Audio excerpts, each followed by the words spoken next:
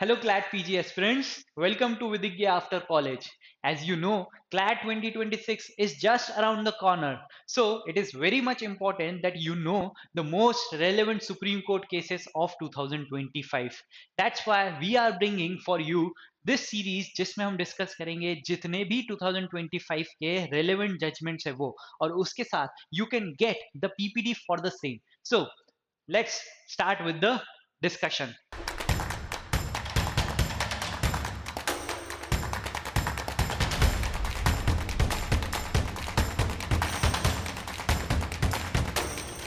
Ajay Raj Shetty versus director and others. In this case, we are going to discuss about the employee state insurance act कि हमने जब labour and industrial law में employ state insurance act पढ़ा था उसमें हमने contribution के respect में पढ़ा था कि जब हमने देखा था उसमें एम्प्लॉय स्टेट इंश्योरेंस एक्ट में कि there is a system of contribution by the employer and employee कि दोनों क्या करते हैं कि एम्प्लॉयर की ये रिस्पॉन्सिबिलिटी है जो भी पर्सन एम्प्लॉयर है उसकी रिस्पॉन्सिबिलिटी होती है कि सर्टेन परसेंटेज और certain share has to be deducted from the wages and contributed to the employee state insurance fund ये हमने देखा था so with respect to that only there is a question with respect to this only there is a question before the supreme court whether whether a person who is in a managerial role can be considered principal employer for the purpose of deducting contribution or not कि हमने जब देखा था labour and industrial law में with respect to this act हमने बोला था कि जो भी एम्प्लॉयर है उसकी रिस्पॉन्सिबिलिटी होती है so with respect to this section 2 clause 17 provides what is the meaning of principal employer तो इसमें हम देखेंगे क्या कोई person if the name of that person does not say that he is not a manager suppose हम बोल रहे हैं कि अगर पोस्ट उसकी मैनेजर नहीं है फिर भी वो मैनेजरियल रोल में है so the function of a person is of managerial functions तो उस कंडीशन में हम बोल रहे हैं can that person be considered managing agent और a employer for this purpose ठीक है सो इन दिस केस कि सबसे पहले हम क्या करेंगे हम फैक्ट्स डिस्कस करेंगे उसके बाद में जो भी लीगल प्रोविजंस इन्वॉल्व थे उनको डिस्कस करेंगे और फिर हम देखेंगे डिसीजन क्या था सुप्रीम कोर्ट का सुप्रीम कोर्ट ने इस प्रिंसिपल्स को इन प्रोविजंस को कैसे इंटरप्रेट किया है ठीक है तो स्टार्टिंग विद द फैक्ट्स क्या है यहाँ पे electrics limited classified as sick industry by the board for industrial and financial reconstruction failed to deposit this amount of employees ESI contribution at as it has deducted कि हमने क्या बोला था कि we have learned that with respect to ESI employees state insurance हमने बोला था जो एम्प्लॉयर है वो सर्टेन परसेंटेज देगा और जो एम्प्लॉय है वो भी अपनी सर्टेन वेजेस में से वेजेस का कुछ पार्ट देगा और इसको कौन देगा इनको कलेक्ट करेगा employer and employer would be depositing this in the ESI fund ठीक है तो इसको हम क्या बोल रहे थे कंट्रीब्यूशन बोल रहे थे सो it was the responsibility of the employer to deduct the employee's part and to contribute his part and deposit in the funds तो इनको हम क्या बोल रहे थे contributions तो यहाँ पे हमारा क्या हुआ है कि यहाँ पे डिडक्ट तो क्या है employer has deducted certain amount from the wages of the employees but he has not contributed or deposited the same fund same amount और same contribution in the funds तो उसके लिए हम बोल रहे हैं क्या एम्प्लॉयर की रिस्पॉन्सिबिलिटी हो सकती है तो हमने बोला था yes employer can be held liable but इस एम्प्लॉयर में कौन कौन आ सकता है so this was the question here Ajay Raj Shetty named as general manager and principal employer in the company's record कि यहाँ पे हम क्या कर रहे हैं the contention of the parties is such that the Ajay Raj Shetty is saying that he is not the general manager he is not the principal employer that's why no liability with respect to this can be contributed to him कि यहाँ पे वो liable नहीं होगा क्योंकि ना ही वो principal employer है ना ही वो जनरल मैनेजर है ठीक है बट उसके रिकॉर्ड्स में कंपनी के रिकॉर्ड्स में ये पता चलता है कि the role which he is playing in the company is of a general manager और he is playing the role of a supervisor और मैनेजमेंट रोल ठीक है argued he was merely a technical coordinator so he is alleging that he is a technical coordinator and not a principal employer or a manager and not responsible for ESI compliance during the relevant period. कि हम क्या बोल रहे हैं यहाँ पे, responsibility किसकी है, प्रिंसिपल एम्प्लॉयर की है, और वो बोल रहा है कि because he is merely a technical coordinator, that's why he is not responsible for contributing, or he is not responsible for the failure of contribution on the part of the company। ठीक है। Shetty was convicted by the trial court for violation of section 85 clause a. कि यहाँ पे हम देखेंगे 85 क्या है, 85 provides with respect to the penalties क्या हो सकती है यहाँ पे, ऑफेंस क्या हो सकता है, if the employer does not contribute the share which has been deducted from the wages of the employees.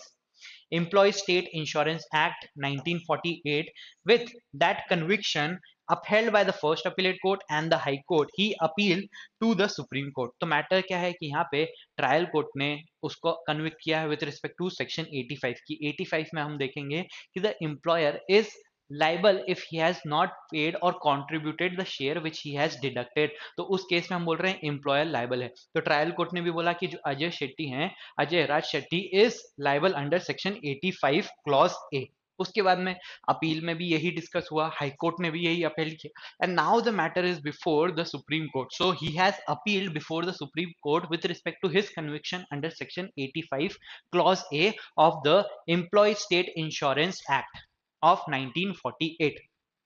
ठीक है। तो यहाँ पे क्लेम्स क्या है, यहाँ पे हम बोल सकते हैं क्लेम्स क्या है, the appellant would be claiming that he is not the principal employer, he is merely a technical coordinator, hence this act is and hence this act and specifically this provision section 85 clause A would not be applicable on him।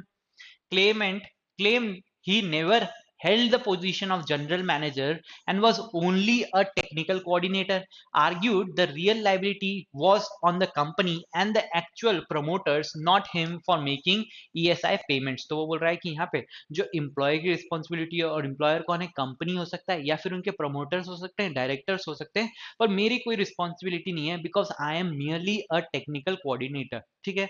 Submitted that he that as the company was sick industry, criminal liability should not be fastened on him। तो अब ये जो concept है सिक industry का, ये क्या है, तो यहाँ पे हम बोल रहे हैं कि अगर कोई भी कंपनी डेट में है जिसके कारण वो कोई लाइबिलिटी को नहीं फुलफिल कर पा रही है, तो उस कंपनी को हम क्या बोल सकते हैं, सिक इंडस्ट्री बोल सकते हैं। ठीक है। इंडस्ट्री हो गया, कंपनी हो गया, कुछ भी हो गया। नेक्स्ट, रेस्पोंडेंट के जो कंपनी थी उनके क्या आर्ग्यूमेंट्स थे, उनका क्या एलिगेशन था विद रिस्पेक्ट टू दिस। तो argued that Shetty was listed as a general manager. कि हम क्या बात कर सकते हैं, if a person is alleging that he is not a director, he has to prove it. But अगर सपोज कंपनी के रिकॉर्ड्स में, यहाँ पे रिकॉर्ड्स में, रिपोर्ट्स में, if the person has been mention as a general manager और principal employer, this means that on the basis of evidence we can say that this means that he is the general manager or principal employer। कि अगर records में मिल रहा है and if you are not able to disprove this records that the records so mention you as a general manager, और आप उसको disprove नहीं कर पा रहे हो, तो it would be held that you are the general manager। Cited concurrent factual finding by lower courts that Shetty exercised supervision and control fitting the definition of principal employer। So we would be discussing the meaning of principal employer, जिसमें बोला है कि अगर कोई भी establishment में कोई person है, any person who is under a role where he has supervisory control, तो उसको हम क्या बोल सकते हैं, उसको हम principal employer बना सकते हैं। ठीक है। Under section 2 clause 17 of the ESI act क्या बोल रहा है कि यहाँ पे अगर हम देखें, हमने एम्प्लॉय स्टेट इंश्योरेंस एक्ट पढ़ा था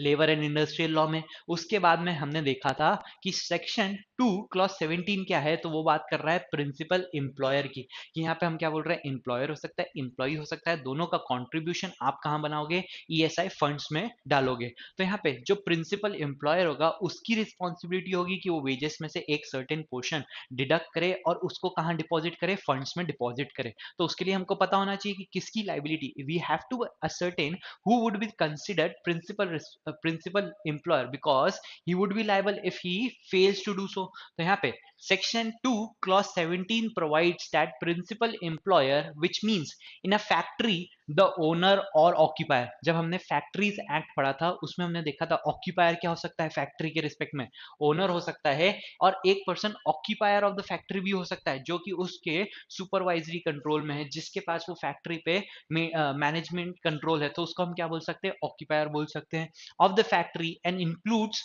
the managing agent of such owner और occupier, the legal representative of a deceased owner and occupier, and where a person has been named as the manager of the factory under the Factories Act, the person so name. तो यहाँ पे हम क्या बोल सकते हैं, जो भी उसका ओनर हो गया फैक्ट्री का, उसका ऑक्यूपायर हो गया, अगर सपोज कोई मैनेजर को अपॉइंट किया है बाय सर्टेन पर्सन जो स्पेसिफिकली नेम्ड है, जैसे अभी हमने क्या देखा था, the person has been named in records in reports that he is the general manager, तो वैसे ही अगर फैक्ट्री के केस में किसी रिकॉर्ड बुक में any person has been named to be the manager, तो उस कंडीशन में उसकी रिस्पॉन्सिबिलिटी हो सकती है, that person can be considered principal employer for the purposes of this act. Next, in any establishment, ये किसकी बात कर रहा है, फैक्ट्री की बात कर रहा है। क्या होता है फैक्ट्री का मीनिंग, जब हमने फैक्ट्रीज एक्ट देखा था तो हमने बोला था कि कोई भी प्रीमाइसिस हो गया, प्रिसिंक्ट हो गया, जहां पे कोई भी मैन्युफैक्चरिंग प्रोसेस हो रही है, मैन्युफैक्चरिंग प्रोसेस हो रही है बाय सर्टेन वर्कमैन, तो उसमें भी हमने लिमिट देखी थी, 10 हो सकता है, 20 हो सकता है, with respect to use of power. ठीक है, तो ये हमने देखी थी फैक्ट्री की definition under the factories act, तो वो फैक्ट्री हो गया। In any establishment under the control of any department of government of India, the authority appointed by such government in this behalf, और where no authority is so appointed, the head of the department. ठीक है, तो government establishment के respect में हम बोल सकते हैं। Next, in any other establishment, factory की बात हो गई, कोई भी गवर्नमेंट एस्टैब्लिशमेंट की बात हो गई, any other establishment, any person responsible for the supervision and control of the establishment, तो यहाँ पे क्या बोल रहा है, ओनर की बात कर रहा है कि नहीं, if even if any in any other establishment, if the person is under a supervisory duty or under a control, who has control over the establishment, who has supervisory role, तो उस person को हम क्या मान सकते हैं, principal employer मान सकते हैं, even if he is not the owner of the establishment, any person responsible for the supervision and control of the establishment. तो यहाँ पे क्या पता चल गया कि जो भी पर्सन मैनेजरियल रोल में होगा, सुपरवाइजरी रोल में होगा, तो उसको हम क्या मान सकते हैं, फॉर दिस पर्पसेस एम्प्लॉयर मान सकते हैं, प्रिंसिपल एम्प्लॉयर मान सकते हैं, जिसकी रिस्पॉन्सिबिलिटी या लाइबिलिटी हो सकती है फंड्स में कॉन्ट्रीब्यूट करने की। ठीक है, नेक्स्ट क्या है, नेक्स्ट है सेक्शन 85, कि इसी के बारे में हम बोल रहे हैं कि जो पर्सन है, the person Ajay Raj Shetty has been held liable for the for the section under 85 clause a. तो यहाँ पे क्या है, तो यहाँ पे हम बोल रहे हैं provides for punishment for failure to pay contribution, कि if the principal employer fails to pay the contribution which he has deducted, और जो उसके पार्ट पे हो सकता है, कि हमने बोला था कंट्रीब्यूशन में एम्प्लॉयर को सर्टेन परसेंट देना पड़ेगा और एम्प्लॉय की वेजेस से भी सर्टेन अमाउंट डिडक्ट होगा, तो यहाँ पे शेयर ऑफ एम्प्लॉय हो सकता है, तो अगर सपोज एम्प्लॉयर ने अपना शेयर नहीं पे करा तो भी लायबल हो सकता है, अगर सपोज एम्प्लॉयर ने एम्प्लॉय की वेजेस में से certain amount has been deducted but that amount has not been submitted और फॉरवर्डेड टू द फंड, उस केस में भी हम क्या बोल सकते हैं, फेलियर टू पे हो सकता है। तो यहाँ पे हम बोल रहे हैं if any person fails to pay any contribution which under this act he is liable to pay, so with respect to this हम क्या बोल सकते हैं, employer was having the responsibility to pay in the funds, क्योंकि उसकी क्या responsibility है, वो डिडक्ट करेगा, और प्राइमरी रिस्पॉन्सिबिलिटी एम्प्लॉयर की है। So if employer has not paid any contribution which he was liable to pay, उस केस में यहाँ पे हम उसकी लाइबिलिटी ला सकते हैं। ठीक है, तो इसके लिए हमको क्या जरूरत हुई कि प्रिंसिपल एम्प्लॉयर जानने की, कौन प्रिंसिपल एम्प्लॉयर हो सकता है, तो हमने देखा कि कोई भी पर्सन जो सुपरवाइजरी कंट्रोल में है, जो मैनेजरियल पोस्ट पे है, उसको हम क्या बोल सकते हैं, इन एनी एस्टैब्लिशमेंट, उसको हम प्रिंसिपल एम्प्लॉयर कंसिडर कर सकते हैं। नेक्स्ट, डिडक्ट और attempt to deduct from wages of the employees the whole और any part of the employer's contribution. यहाँ पे different punishments are different acts have been listed, जिस केस में पनिशमेंट हो सकती है, कि अगर पर्सन ने अपना भी कंट्रीब्यूशन एम्प्लॉय की कंट्रीब्यूशन से ले रहा है, कि हम क्या बोल रहे हैं कि एम्प्लॉय की वेजेस से ही एम्प्लॉयर अपना कंट्रीब्यूशन भी डिडक्ट कर रहा है, कि क्या होना चाहिए था, कि अगर हम बोल रहे हैं एम्प्लॉय 2 रुपीज पे करेगा और एम्प्लॉयर 2 रुपीज पे करेगा, और जो एम्प्लॉयर है वो 2 रुपीज पे करेगा और जो एम्प्लॉय है वो 10 रुपीज पे करेगा with respect to the fund, ठीक है। बट अगर सपोज एम्प्लॉयर एम्प्लॉय की वेजेस से ही टोटल 12 अमाउंट डिडक्ट कर रहा है, तो उस केस में हम क्या बोल सकते हैं, he can be made liable under this section. Deducts और attempt to deduct from the wages of employees the whole और any part of the employer's contribution or in contravention of section 72 reduces the wage or any privileges or benefits admissible to the employee, ठीक है। Next, in contravention of section 73 और any regulation dismisses, discharge, reduces और otherwise punishes an employee, तो ये सब हम पढ़ चुके हैं। नेक्स्ट, फेल्स और reduces to submit any return required by the regulation और a false return, obstructs any inspector और other official of the corporation in discharge of duties. तो कोई भी पर्सन, यहाँ पे कोई भी पर्सन, स्पेसिफिकली एम्प्लॉयर के बारे में नहीं है, कि अगर कोई भी पर्सन किसी ऑफिसर को उसकी ड्यूटीज को डिस्चार्ज करने के लिए ऑब्स्ट्रक्ट कर रहा है, he can be held liable under this section. Next, is guilty of any contravention of or non-compliance with any of the requirement by this act or rules or regulations in respect of which no special penalty is been provided। कि हो सकता है certain acts के respect में कोई भी rules नहीं है, कोई regulation नहीं है, कोई provision नहीं है, but there is a contravention of that principle or the provision, तो उस केस में भी यहाँ पे एक रेसिड्यूरी प्रोविजन दे दिया गया है कि अगर कुछ भी कॉन्ट्रावेंशन कर रहे हो अंडर दिस लॉ, तो आपको कहां हम लाइबल कर सकते हैं, 85 में लाइबल कर सकते हैं। Next, where he commits an offence under clause a with imprisonment. अब यहाँ पे क्या बोल रहा है कि जो ए की बात है, जहां पे हमने बोला कि if the person fails to pay his contribution, उस केस में where he commits an offense under clause A with imprisonment for a term which may extend to 3 years। तो हम क्या बोल रहे हैं कि आपकी 3 years तक की imprisonment हो सकती है if you fail to pay your contribution against the funds,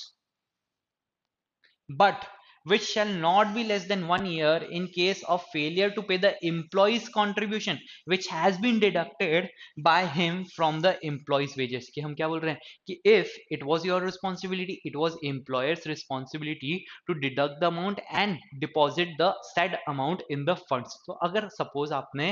failure to pay है, but आपका failure to pay क्यों है, क्योंकि आपने डिडक्ट तो करा employees की wages में से, but उसको आपने फॉरवर्ड नहीं करा, तो उस केस में आपका क्या हो सकता है punishment, which has been deducted from the employees and shall also be liable to fine of 10,000 rupees। क्या बोल रहा है, imprisonment but which shall not be less than 1 year। तो यहाँ पे हम क्या बोल रहे हैं कि ये जो एक आपने मैक्सिमम इम्प्रिजमेंट की लिमिट लगाई थी, उसमें मिनिमम भी ऐड हो जाएगा कि आपको 1 year तो मिनिमम होगा ही होगा, उसके साथ ये कहां तक हो सकता है, अप टू 3 years हो सकता है। So if the employer deducts the amount from employees wages but does not submit the same to the funds, उस केस में उसको कितनी इम्प्रिजमेंट हो सकती है, minimum 1 year and it can range up to 3 years with fine shall also be liable to fine of 10,000 rupees, ठीक है। Next, अगर which shall not be less than 6 months in any other case and shall also be liable to 5,000 rupees, fine of 5,000 rupees। दूसरे case में हम बोल रहे हैं कि आपका 6 month से लेके 3 years तक का हो सकता है, और फाइन कितनी हो सकती है, fine shall also be liable to fine of 5,000 rupees, ठीक है। तो इस केस में जो हमारा प्रिंसिपल लगा वो क्या लगा, 85A लगा, 85 क्लॉज ए लगा, जिसको हमने यहाँ पे रीड करा with respect to the employer failing to deposit the amount जो उसका कॉन्ट्रीब्यूशन था even after deducting from the employees wages, ठीक है। provided that the court may, for any adequate and special reasons to be recorded in the judgment, impose a sentence of imprisonment for a lesser term। कि अगर हमने यहाँ पे limit set की है कि 1 year से 3 years हो सकती है, अगर सपोज 6 months ही हमको देनी है, तो उस केस में कोर्ट दे सकता है if there are adequate and special reasons for such imprisonment, ठीक है। Next, where he commits an offense under any of the clause B to G, तो जितने भी बाकी फैक्ट्स थे उसके रिस्पेक्ट में with imprisonment for a term which में एक्सटेंड टू 1 year और फाइन। तो ये इतना रेलेवेंट नहीं है, हमारा जो केस था वो किसके रिस्पेक्ट में था कि एम्प्लॉयर ने डिडक्ट किया कंट्रीब्यूशन जो कि एम्प्लॉय के पार्ट पे देना था, बट उसने वो आगे फंड में डिपॉजिट नहीं किया, तो उस केस में हम बोल सकते हैं, उस केस में हम क्या बोल सकते हैं कि यहाँ पे आपने जो फेलियर है टू पे द कंट्रीब्यूशन, उसके लिए आपको लायबल कर सकते हैं। और क्या लायबिलिटी हो सकती है? ये हो सकती है। So it is a case which is in reference to the subject which we have read in the labor and industrial classes। ठीक है, इंडस्ट्रियल लॉ के रिस्पेक्ट में हमारा ये जो सब्जेक्ट था उसी का एक जो जजमेंट था इस ईयर में आया था, तो इसलिए ये थोड़ा सा रेलिवेंट हो जाता है कि ये आपको पता होना चाहिए कि प्रिंसिपल एम्प्लॉयर के रिस्पेक्ट में हमने क्या बोला कि प्रिंसिपल एम्प्लॉयर के रिस्पेक्ट में जो भी पर्सन सुपरवाइजरी या मैनेजरियल या कंट्रोलिंग पोजीशन में है उसको हम प्रिंसिपल एम्प्लॉयर मान सकते हैं और उसकी लायबिलिटी हो सकती है with respect to principal employer. ठीक है,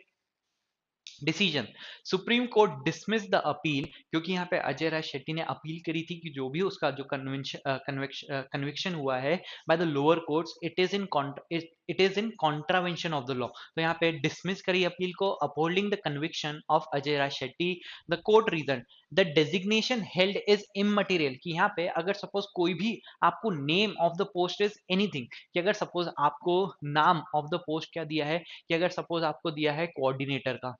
ठीक है, तो यहाँ पे if the name of the post on which you are appointed is coordinator, but यहाँ पे जो रोल है आपका, जो फंक्शंस है आपके, वो कैसे है, मैनेजरियल है, सुपरवाइजरी है, तो उस केस में हम क्या बोल सकते हैं, irrespective of the fact that what name has been allotted to the post for which you are appointed, if the functions are of managerial और controlling nature in the establishment, तो आपको क्या कर सकते हैं, हम प्रिंसिपल एम्प्लॉयर मान सकते हैं। The designation held is immaterial if the evidence show that person functioned as a managing agent or had supervision and control over the establishment. Shetty was unable to disprove his role as general employer or principal employer. Records and payment made under his authority demonstrated responsibility. तो जितने भी records अगर हमने देखे थे, जो कि records evidence में आए थे, तो उसमें हम क्या देख सकते हैं, the person has been named as the general manager, और जो कि उसकी जैसे हो सकता है कि किसी रिकॉर्ड में उसने ऐसे साइन करी हो कि कोई असाइनमेंट पास होना है तो उसकी साइन हुई थी, कोई असाइनमेंट आना है तो उसके लिए उसकी साइन हुई थी, तो ये सब क्या दिखाता है, ये सब दिखाता है उसकी मैनेजरियल रोल दिखाता है। तो if you are acting as a manager और अ जनरल मैनेजर और एज अ सुपरवाइजर, तो उस केस में हम बोल सकते हैं even if the post is different. The mandatory liability attaches to the functional responsibility, not to mere formal designation for statutory defaults in remittance of ESI dues withheld from the employees। क्या बोल रहे हैं हम यहाँ पे, mandatory liability, क्यों, जो liability principal employer की है, जो मैंडेटेड है under the statute, attaches to the functional responsibility. तो यहाँ पे उसको हम कैसे देखेंगे, जो भी आपका फंक्शन था, if you are functioning as a manager, तो उस केस में आपके ऊपर हम ये लाइबिलिटी अटैच कर सकते हैं। The sick industry status of the company did not shield individuals in responsible positions from criminal liability for statutory default। कि यहाँ पे जो statutory default है उसके लिए जो criminal liability हमने section 81 clause A में देखी, उसको आप इस बेसिस पे शील्ड नहीं कर सकते कि जो कंपनी है, जो इंडस्ट्री है, वो डेट में है या फिर उसमें लॉस में चल रही है या फिर उसको हम सिक इंडस्ट्री बोल रहे हैं, तो on this basis you can not shield your liability for the criminal offence. ठीक है, next, the Supreme Court order Shetty to undergo the original sentence after accounting for time already served and to pay the fine if not yet paid. कि यहाँ पे जो भी हमने देखा था कि 1 ईयर से 3 ईयर की इम्प्रिजमेंट कोर्ट अलॉट कर सकता है, तो यहाँ पे अगर जो भी पनिशमेंट अवॉर्डेड थी तो उसको अंडरगो करना पड़ेगा एंड नेक्स्ट फाइन भी इम्पोज किया है वो भी पे करना पड़ेगा। The Supreme court reaffirm that managerial personnel with actual authority or supervisory control can be held personally liable under the ESI Act for non-remittance of employees' contribution, no matter their formal designation. Functional responsibility, as established by records and conduct, is determinative in such prosecutions। कि हम क्या देखेंगे, उनका functions देखेंगे, records के through check करेंगे कि क्या वो किस position में, irrespective of the fact what name has been allotted to that position, कि आपके functions देखेंगे ना कि हम उसकी पोस्ट के नाम को। ठीक है, सो ये था आज का judgment. I hope it was helpful for you. Download the PPT for the same. और अगर आपको ऐसे ही वीडियोस और देखने हैं तो सब्सक्राइब करें हमारे चैनल को विदिज्ञ after college. Best of luck.